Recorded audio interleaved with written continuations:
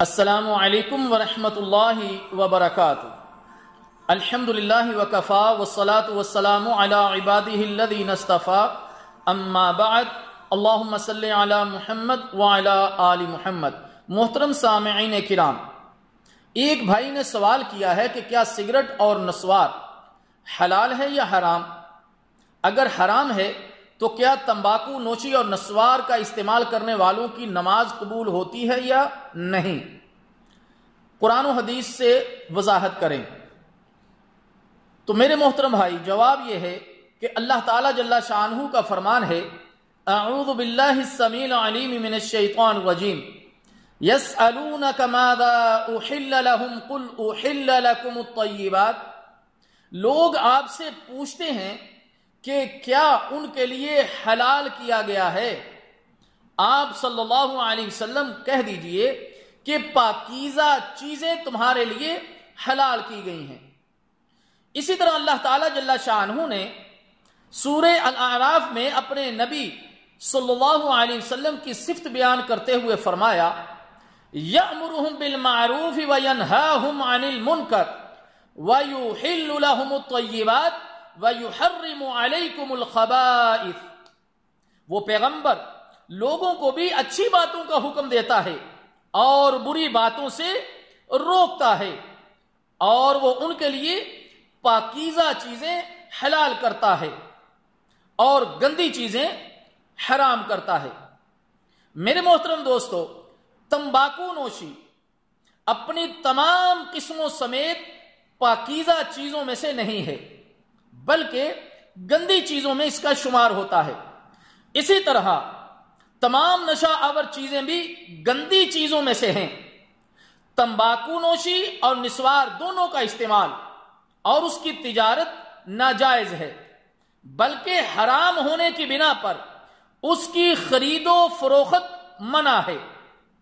لہذا جو شخص تمباکو نوشی اور نسوار استعمال کرتا ہے یا اس کی تجارت کرتا ہے، اسے جلد ہی اللہ تعالیٰ کے حضور رجوع اور توبہ کرنی چاہیے اور اپنے پچھلے گناہوں اور فعل پر نادم ہونا چاہیے اور آئندہ نہ کرنے کا پختہ عزم کرنا چاہیے۔ اور جو شخص دل سے توبہ کرے، اللہ تعالیٰ جل شانہ اس کی توبہ قبول فرماتا ہے، جیسا کہ اللہ تعالیٰ جل شانہ کا فرمان ہے، وَتُوبُوا إِلَى اللَّهِ جَمِيعًا أَيُّهَا الْمُؤْمِنُونَ لَعَلَّكُمْ تُفْلِحُونَ۔ اور اے ایمان والو، سب کے سب اللہ کے حضور توبہ کرو تاکہ تم فلاح پاؤ۔ تمباکو نوشی اور نسوار حرام ہے۔ سعودی عرب کے مفتی اعظم شیخ عبدالعزیز بن باز رحمہ اللہ تعالی کا بھی فتویٰ یہی ہے کہ تمباکو نوشی اور نسوار کا استعمال حرام ہے۔ میرے محترم دوستو، نماز کی قبولیت کی گارنٹی تو کسی شخص کے پاس نہیں، یہ تو اللہ تعالیٰ کی ذات کے ساتھ خاص ہے کہ نماز کس کی قبول ہوگی یا کس کی نہیں۔ لیکن سگریٹ کی وجہ سے منہ سے بو آتی ہے، اس سے لوگ بھی تنگ ہوتے ہیں اور اللہ تعالیٰ جل شانہ کے نورانی فرشتے بھی تنگ ہوتے ہیں۔ نبی مکرم صلی اللہ علیہ وسلم نے ہمیں بدبودار چیز استعمال کرنے کے بعد مسجد میں آنے سے منع فرمایا، کیونکہ اس سے بنی آدم اور فرشتے تکلیف محسوس کرتے ہیں، اور کسی خاص شخص کے ہاتھ یا زبان سے لوگ تنگ ہوں تو ان کے بارے میں نبی مکرم صلی اللہ علیہ وسلم نے ارشاد فرمایا، من سلم المسلمون من لسانہ ویدہ۔ مسلمان تو وہ ہے جس کے ہاتھ اور زبان سے دوسرے مسلمان محفوظ رہیں۔ لہذا ہر وہ چیز جو نشہ پیدا کرے اور عقل پر اثر انداز ہو، اس کا استعمال حرام ہے۔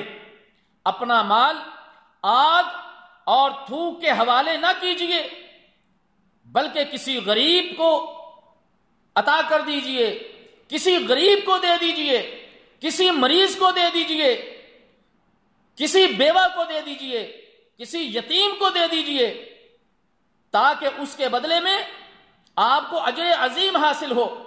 لیکن دیکھا گیا ہے کہ ہمارے بہت سارے مسلمان بھائی روزانہ ڈبیوں کی ڈبیاں چڑھا جاتے ہیں اور ان کے دل میں ذرہ برابر بھی اللہ کا خوف پیدا نہیں ہوتا۔